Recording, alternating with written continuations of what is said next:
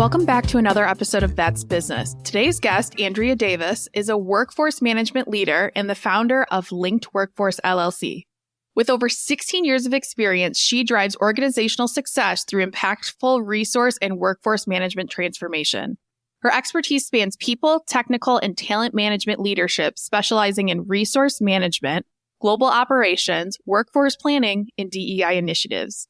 Andrea also holds certifications from Harvard Business School and the Resource Management Institute, along with a bachelor's degree from Grand Valley State University.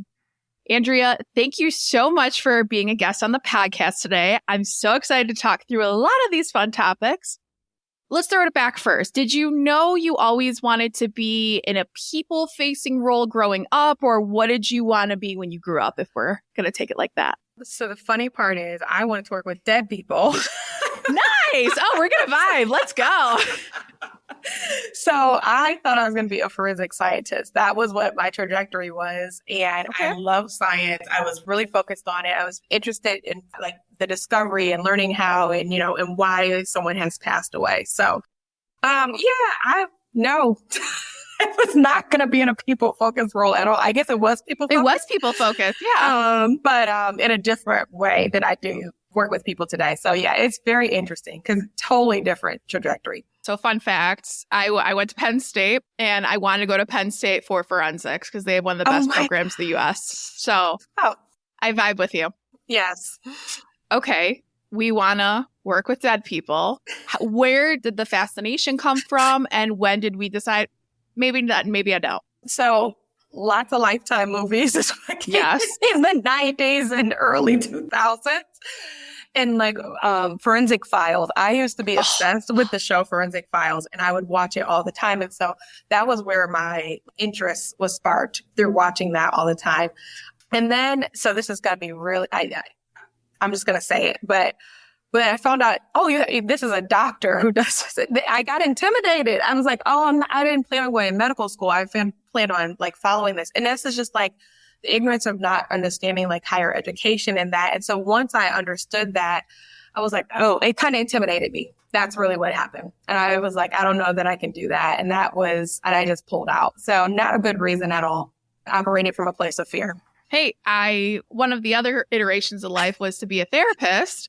And I thought you had to get your doctorate, and I'm not a school person, so can relate. And come to find out you don't need your doctorate to be a therapist. Right. So. But it's scary. And it's scary. It's interesting, too, because you don't think about there are people, and I'm not generalizing here, but there are people that get C's and just pass to get the doctorate. Yes. But they don't tell you about it. It's just like hyped up for our generation of just like, you have to be a straight A student. It's really hard and you sure you can do it. And it's just like, I mean, I totally vibe with that because I was the same way. I'm like, I can't do school anymore.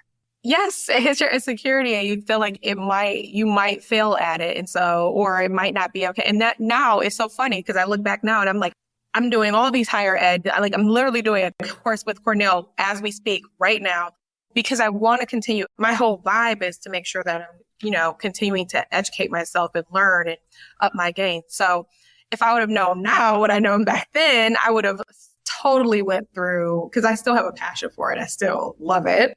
I would have totally went through it. So yeah, I can completely relate to that because it's just the intimidating. And then your insecurities at that age, especially if you don't know, you can't like look and feel and touch something like this is a tangible thing. Right. Or you don't know anybody else. I didn't know anybody else in forensic science to go talk to about it. So yeah, I can completely relate there.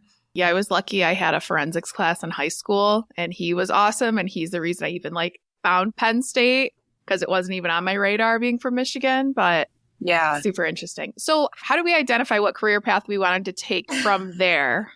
Oh my gosh. It's such a journey. I've had so much change. We love it. I went from nursing. I changed my degree. I changed my path at Grand Valley so many times. I had probably 10 different counselors because I kept changing. So I don't know. I finally landed on business and then I landed on marketing. I'm not a creative person. I don't know how I got there, but that's where I landed. So and then I had a minor in Spanish. So I don't really know how I got there, but I was like, okay, I'm going to get this degree. And then whatever happens, it's just going to happen. No, I'm going to somehow find my way. And it was interesting because even when I took that path, I was trying to get an internship in Grand Rapids, and I was getting turned down. I was like, I have good grades. Like, I feel like I'm a great person. And I wasn't even getting an internship with like not a mega house marketing firm, like a local marketing firms. They were saying no. So that pivoted me again, because I'm like, if I can't get an internship in marketing, I need money and I need to work and I need experience. So I ended up interning. I did a study abroad and I ended up interning at Target.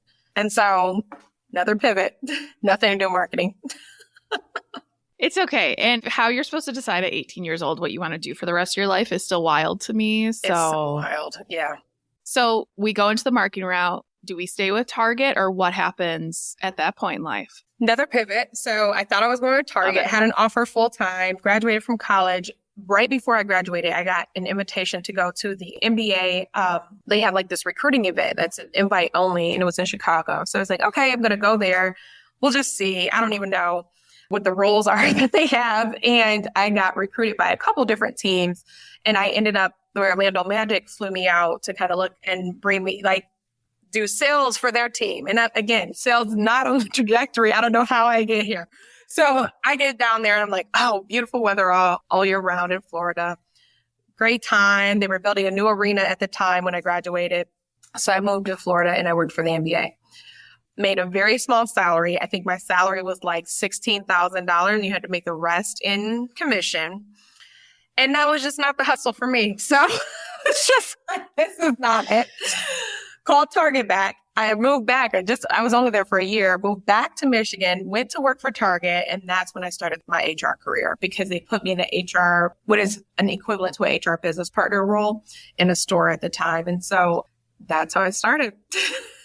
Wow. I love it. We're just going to pivot. Like we just pivot. And pivot. What's the personality behind it? Because are you more of a, all right, let's just do it, we'll figure it out? Or, because that's a lot. I mean, I know people that have moved have always said, well, I don't want to act like I'm a failure and come back. And I don't feel the mentality of like you went and did the thing and now you're coming back. Like, good for you. I mean, right. Going to school out of state, and I was like, all right, I'm ready to come home now. Yes. Like, I sowed my oats. Like, let's go back. But what was your like thought process, or I guess your personality that's just like, yeah, we'll figure it out? Yeah. Well, that's a good question, because I am very resourceful. Like I'm not going to continue to just stay in something I know it's not working. One, it wasn't working financially. Like, this is not the life. I didn't go to college to live this struggle life. That's not what I was looking for. So that's number one. Number two, I had like a reasonable salary if I was to go back to Target. And I called before I made the decision. I was like, is this even a possibility, before I even like get excited? And they were like, oh yeah, absolutely. They were super open to it. And so was like, do I want to wear red and khaki every day? Not really, but I'm going to do it and I'm going to get the experience, and they want me. And so that was the other thing. It is hard to go back, especially when you're like, no, I got this cool MBA career. No, I'm going to be, in New York at some point at the headquarters. So you think certain things are going to happen, but I saw really quickly, I was not going to be getting promoted. I was not going to be rising up the MBA ranks. It just wasn't going to happen for me. At least that was what I felt when I was there. And so I was like, I got to do something different. And that's why I took the pivot. But personality wise, I am always I'll try it. I'll figure it out. I'll try something different. Even if it's not in my wheelhouse or in my skill set. So that's totally up my alley to go ahead and, all right, I'm jumping to something else. You're going to pay me. I'm going to figure it out and I'm going to do it. So with the HR route, did multiple different HR roles, had kids, had my 2 daughters. And then I actually went into professional services. So I went to Deloitte. I did a combo HR and resource management role. That's where I found out what resource management was. Had no idea what that was. Opened up a whole other skill set and trajectory and started that part of my career. And then after kind of going through well over a decade of time doing resource management work at Deloitte, and then after at Baker Tilly, that's when I decided to move forward and start my own thing. So yeah, it was a lot more pivoting. So, okay, let's first talk about you getting into these Fortune 500 and Fortune 100 companies. How the hell did you do that? Right? Because I know I'm going to get asked from people listening to this podcast. So let's save me some time and you answer that question. Okay. So Target was on-campus recruiting. That was 100% how I got into Target. And for like Deloitte, and Baker Tilly. So Deloitte was through my network. I had worked a temporary employee relations job at a company called RGIS. Shout out to Chrissy, because I worked with her. She went to work for Deloitte. She had to leave because her husband was relocating for his job. And she's like, hey, I work for this great team. They do resource management. I was like, I don't know what that is. She was like, but you have HR experience. So just come and meet the team. I think you'll love it. And so that turned in, I got an interview, went through a couple rounds and got the offer for the role. It's funny because at the same time I was going through, because I was ready to get into a longer term career, I was also going through a interview process with Quicken Loans to be on their learning team at the same time. And so the Deloitte offer came and it felt like it was more opportunity. And so that's how I got that. But it's network. I mean, it's your network. So one more time. What is it? Network. Okay. Thank you. I swear I didn't tell her to say that, but this is our first time meeting. So I didn't prompt her to say that. I swear. Mm-hmm. You did not? No. That's how I found all these opportunities post my college career. It is difficult to walk up to someone, whether you're in college, whether you're an adult, whatever, to like put yourself out there for an interview. But I mean, my roommate from college got her job that she's still at, 15 years later? Wow. Just from walking up and meeting them. I mean, started as an intern. They just paid for her master's degree through Penn State. Like, it's incredible. All from that one connection. So you don't want to sleep on these career fairs. I know we're getting back to them, but you have to do it. Like, building the connection, referrals are so prioritized. So yes, stepping off my soapbox for now. You're right. It's getting out of that fear. I mean, I don't care if you're introverted, extroverted. It's uncomfortable to walk up and strike up a conversation with someone you don't know, especially someone who you feel like, it has a position of power, right? Like, that's kind of how it is looked at these career fairs. And it's nerve-wracking. And probably because I got turned down so many times for my marketing internship, I'm like, what the hell? All I can say is no. So, I already heard it. Already heard that. Yeah. What's another one? Right. So at that point, I just didn't care. I was just like, all I can hear is no. Right. So now I think we're up to date. Yes, we're up to date. So where does the idea for the business come from? Or did you, and I don't want to say like, did you have one day where you're like, oh, I could do this myself. But what kind of led up to you coming up with this idea and kind of like that next step you made to, again, pivot? Yeah. So I've been in professional service for a while before I started to pivot. And what I was noticing in the market as I was like going to conferences or like networking with people in my industry is there's a lot of people who have done resource management or workforce planning, but there's not a lot of people who like have worked on innovating in the space or doing technology transformation in the space or rethinking like how teams are set up to support organizations in this space. That led me to do research on like how many people are out here doing this type of consulting work. Basically none. It's a very, very small group. So I'm like, okay, competition is low, giving me some confidence, right? Like my competition is not that much. I got a little, confidence there. And then I just started asking people when I was going to conferences, would you hire me? Like if you're going through a technology transformation, or you want to set up a resource management organization, I have all this knowledge. I've done all of these things for very large organizations. Would you be open to bringing me on? And people were like, yes. I'm like, okay, well, that's first step. But now would you sign a contract to pay me? Like, that's an easy yes. So then I started pulling out SOWs. And this is all while I'm still have my full-time job, right? Like I'm not. Oh, okay. Yeah, I did not stop working before I knew that I could secure a signed contract, because if I can't get a signed contract, it's like, I'll just keep working. Right. But I did. And that's when I was like, okay, I felt I needed to get that. For me to get past the fear, I needed to solidify a contract. Just one to show myself that I could do it. But it's something I always had in the back of my mind, is I always wanted to do something on my own, because I've worked with some amazing, amazing bosses, but I've also worked on the other end of the spectrum, some really horrible bosses. And I'm like, I want to create this ecosystem that is totally different than what consulting has looked like in the past, and where you will never work for a leader who is ego-driven.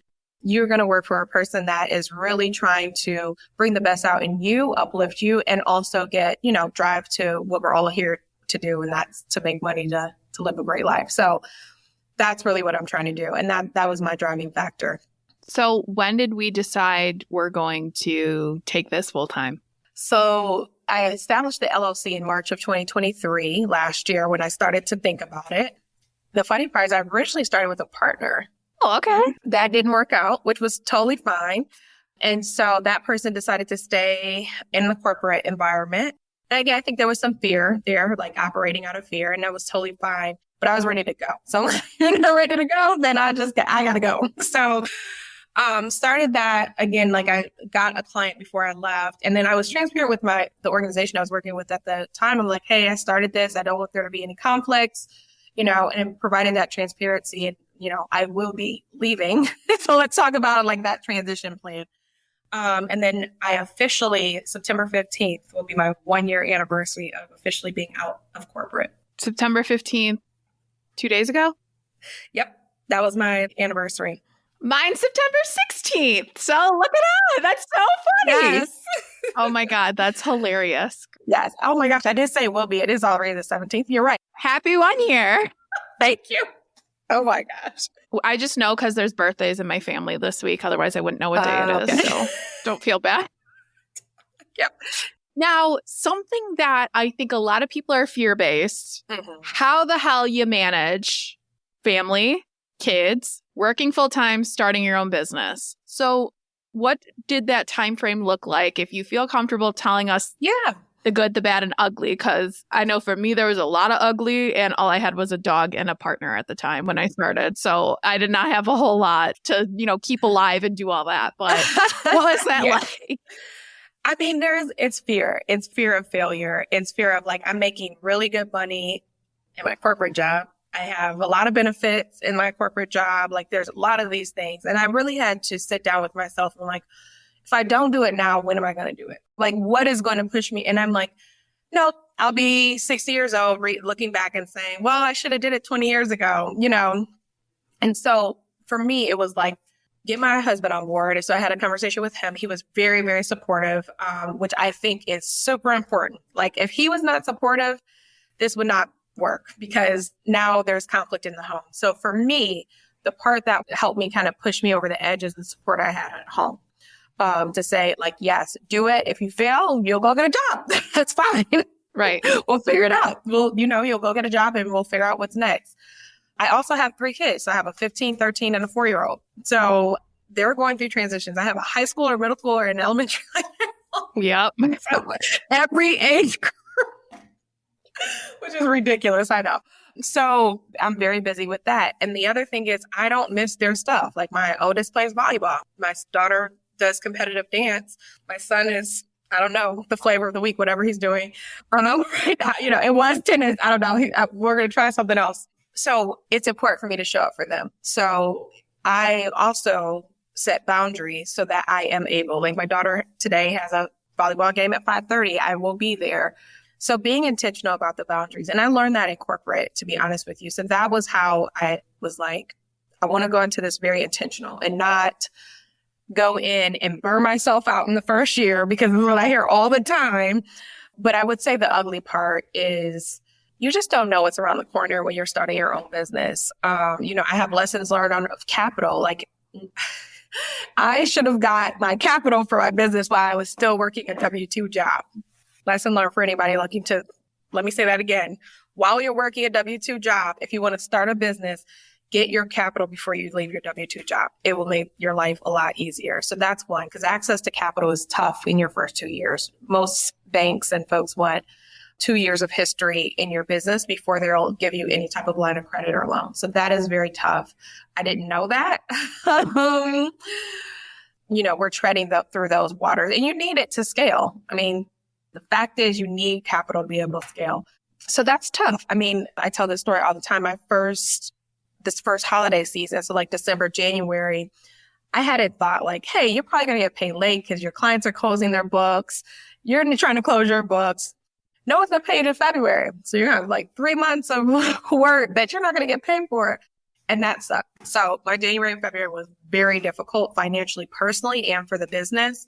And it's a lesson learned. Again, had not thought about it, would not have thought about it. But that's another thing is like understanding especially if you work for large organizations, they have to close their books down at some point. And if they need that money to be spent in the next year, not this year, guess what? They're going to pay you in the next year. So those are just things to kind of think about and understand. Or if they're going through anything, that might impact your pay. So that cash flow, that was difficult because you're used to getting paid every 2 weeks. So adjusting, that was a big adjustment. They don't teach you this shit in school. No. I am my bachelor's. I am my master's. I think the best lessons I learned were from mistakes, but also I'm still learning. Like, I'm just getting into the whole capital line of credit thing. I didn't even know what a freaking line of credit was till honestly 2 months ago when I started my Goldman Sachs 10,000 Small Businesses program. I'm like, oh, congrats. I'm like, thank you. I'm like, what is the sorcery? A line of credit? What? But it's true because even being transparent here, we've done almost the exact same in revenue for the last 2 years because we need it to scale. And working with a business advisor said the same thing. Like, you're going to get there, but you need the capital to do it because service-based, product-based, it doesn't matter. These subscriptions are expensive. Software as a service is only going up. So it's just crazy. So I love that you bring that up because, I started this cute little business in 2017 and took me getting fired in 19. I didn't think of any of that. And that would have looked better to have the awesome credit score, the savings, the everything in order, because you're a dream to a bank. Like I would get so much more at that point. So thank you for bringing that up. But there are a ton of resources for us small business owners that we're just not aware of. So I think that's a great point to bring up. Now, thinking through your lessons and everything you've learned even thus far, how do you work with corporations or who needs your services? Like, what does that look like working with you? Yeah, so that's a great question. We work with really anyone that serves an external client is what I say. So professional services, accounting firms, of course, that we have, that's really, that's our bread and butter because we have so much experience there. But law firms, they have external clients and how they manage their workforce and what that looks like, that's an industry. Construction, again, another industry. They have to make sure they have the right people on the right job at the right time. That's what we do. So those type of industries where you're looking to serve an external client and make sure you have the right people there to be able to deliver whatever service or product you're trying to deliver, that's what we work with. Wow. I feel I don't want to say targeting the companies often forgotten about, but I think you are. 100%. Especially in construction or in accounting, because it's just more of, you don't need to have the people skills. Like, you just go in, you work individually at a construction site, or you do X, Y, and Z. And that's actually like not the case at all. No. What are you kind of focusing on right now, or where do you want to take this business? The world is your oyster right now. I know. This is the exciting part. Like, that's the positive. I'm like, I can do so many things. So, for us, we've had a total of 3 clients in the UK, and we do truly want to be a global organization. And so we have some great partnerships in the UK. So we're looking to continue to expand there. We want to, of course, in our backyard, like in the US, across, in Canada and Mexico. But we are looking to be a global firm, which I know is ambitious. It's ambitious, but I think there's been folks in the consulting space that have grown an amazing business and have done amazing things. But I think it's time to infiltrate those larger organizations. And so if I had to tell you like what I plan to do is, one, being in these larger organizations, I know they grow by acquisition. So I want to acquire a company. So if there's anyone out there looking to acquire and has an amazing HR business operations organization, let's chat. Shameless plug. So that is what we want to do. We want to look and acquire organizations to continue to help us scale. I think the other thing is, we're going to continue to network and be out there and put ourselves out there. And we're constantly evolving. Like, I mentioned in the beginning, I'm taking a course right now, but like, as we get smarter, as we get more intelligent in the space and we learn more, and look behind the curtain, sort of say, because there's all types of stuff behind the curtain that you don't find out until you look, we'll continue to evolve. So what we are today is probably not where we're going to be on September 17th, 2025. We're going to be completely different and much more mature. So we're just looking to continue to scale and do great work and really just leave a little dust of greatness and fun behind when we leave our clients. We want them to feel like they were better because they worked with us. That's amazing. Now, as we wrap this up, what advice do you have for listeners, Andrea? I would say my biggest advice for those going through any type of transition is you have to push past that fear. I would not be where I'm at today if I did not step outside my comfort zone many, many times, not once, twice, like many, many times, and operated sat in that fear to be able to level up my skill set, level up me as a human being, and level up me as a corporate and professional person. So I recommend if you're going through something and that fear is holding you back, acknowledge it. That's okay. I'm going to your therapy. Acknowledge that. But then how are you going to step over it and then actually go and execute it? Because there's always a plan B. So you're never stuck in anything. And I think that's the other thing that's part of that fear. But come out of that place of fear so that you can live your best life. Andrea, I'm so excited to see where you take this company and all the greatness that is you. So thank you so much for sending your words of wisdom. Thank you. Now, if you're listening to this, you want to follow along Andrea's journey or work with her and her company, head to the show notes and tune in again next week for another episode of That's Business.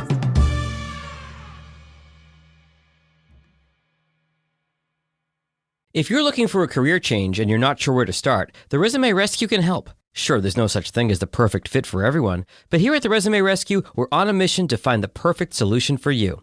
Whether it's changing careers, updating a resume, learning LinkedIn, or practicing interviewing, we have you covered. Find us online at theresumerescue.com and find all of our contact info in our show notes.